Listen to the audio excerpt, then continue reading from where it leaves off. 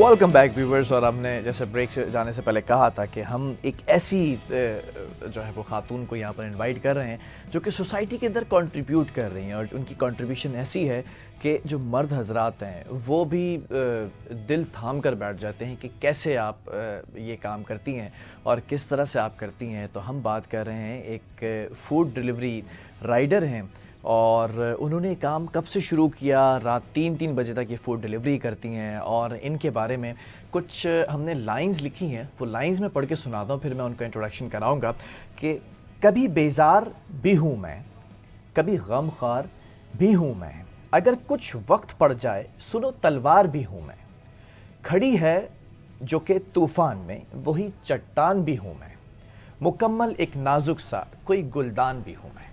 कहीं पर गुलदान है, गुलदस्ता है, कहीं पर चट्टान है, कहीं पर तलवार है। और अपने बच्चे की किफ़ालत भी कर रही हैं और ख़ुद कफ़ील भी हैं, किसी का एहसान नहीं लिया बल्कि ख़ुद ही इनिशिएटिव लिया, ख़ुद ही हम कहते हैं ना एंटरप्रेन्योरशिप की एक टर्म यूज़ होती है, एंटरप्रेन्योर्स हैं, तो ये ख़ुद से घर से निकली।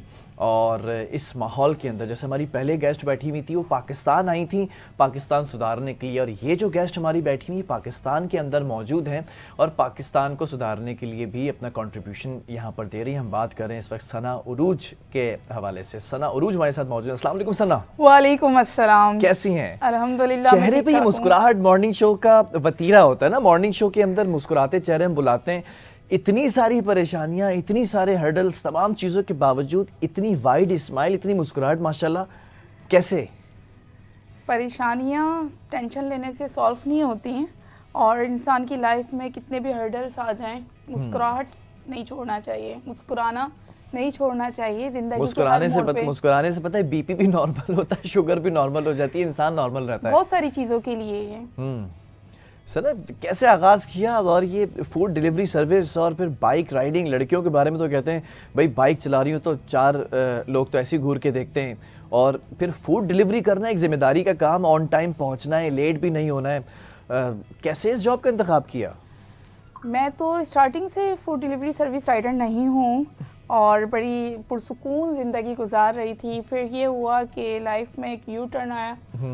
बैंक में जॉब कर रही थी मैं, वो भी शौकिया जॉब कर रही थी, लेकिन उसके बाद फिर कुछ ऐसा मिसहैप हुआ कि मैं सोचने पे मजबूर हो गई कि मुझे अब करना क्या है। अच्छा, ज़ाती ज़िंदगी में वालिद साहब और फिर आप यू वर मैरिड, तो शौहर, ये इन तमाम लोगों ने कोई साथ नहीं दिया? वालिद साहब की तो डेथ हो गई थी, वो नहीं थे हयात, और बस सेपरेशन ली। कुछ मामलात ऐसे हुए कि मजबूरन सेपरेशन लेनी पड़ी। अब मेरा जो बच्चा है उसकी तो पहले से मैं खुद ही कफालत कर रही थी। कितने साल का है बच्चा? वो 5 इयर्स के हो चुके हैं। अच्छा, क्या नाम है? यमन हुसैन। यमन हुसैन, आपने वो वीडियो में स्टोरी में भी देखा होगा। नाम कितना खूबसूरत है ना, नाम की निस्बत से ही बहुत कुछ मिल जाएगा। खुद ही रखा नाम भी मैंने रखा खुद ही, राइट हैंड का मीनिंग है। और फिर मैंने ये फ़ैसला किया क्योंकि मैं बच्चे की कफ़ालत को लेके बहुत परेशान होती थी, लुक आफ्टर जो करते हैं बच्चे की, क्योंकि मैं बैंक में जाती थी जॉब करने के लिए। फ़िक्स टाइमिंग वाली जॉब की वजह से बच्चे की लाइफ बहुत डिस्टर्ब हो गई थी, और घर की जो रूटीन होती है, जाहिर सी बात है, मैं एज अ सिंगल मदर मुझे ऐसा फ़ैसला लेना था जो मेरे बच्चे के लिए कन्वीनियंट हो।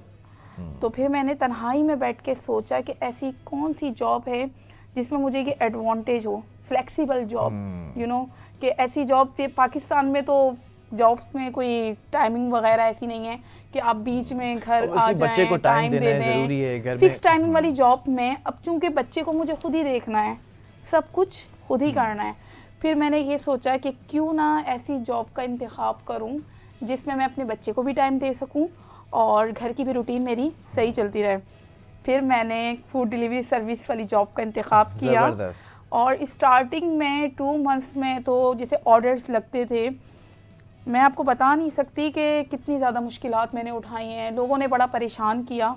सॉरी टू से, मैं एक पाकिस्तानी हूँ, लेकिन उसके बावजूद मैं कहूँगी कि यहाँ पर ख़वातीन जो नॉर्मल बाइक्स चला रही होती हैं, और ऐसी ख़वातीन जो अपने घर वालों के साथ लाइफ गुजार रही हैं, पूरी फैमिली नहीं भी हो तो कोई ब्रदर या सिस्टर साथ में रह रही होती है, या कोई ना कोई रिलेटिव साथ में रहते हो। मैं तो वो लाइफ गुजार रही हूँ जिसमें किसी की भी सपोर्ट नहीं है, किसी मर्द की सपोर्ट नहीं है आपको? नो, किसी की भी सपोर्ट नहीं, मर्द या ख़वातीन किसी की भी मुझे सपोर्ट नहीं है।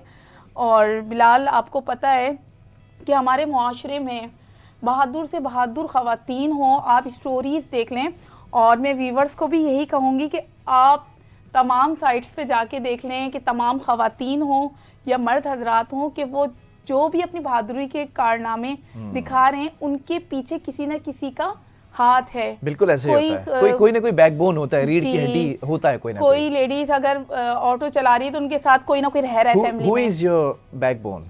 कौन है आपकी रीढ़ की हड्डी? कौन है जो आपको सपोर्ट किए हुए, जिसके बलबूते आप खड़ी हैं?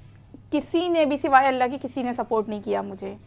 किसी ने सपोर्ट नहीं इसके किया। साथ ही रिलेटेड मैं एक बात कहूँगी कि किसी भी इंसान को आपने स्ट्रॉन्ग बनाना है तो उसको बेसहारा छोड़ दो। आय हाय हाय हाय, सहारे इंसान को कमजोर बनाते हैं। सहारे सना बहुत ही वजनी जुमला है। मुझे एक कमर्शियल ब्रेक की तरफ जाना है। आप लोग कमर्शियल तो देखेंगे लेकिन इस जुमले को फील करते रहिएगा, क्योंकि जब वापस आएंगे तो किसी इंसान को, क्या था वो जुमला?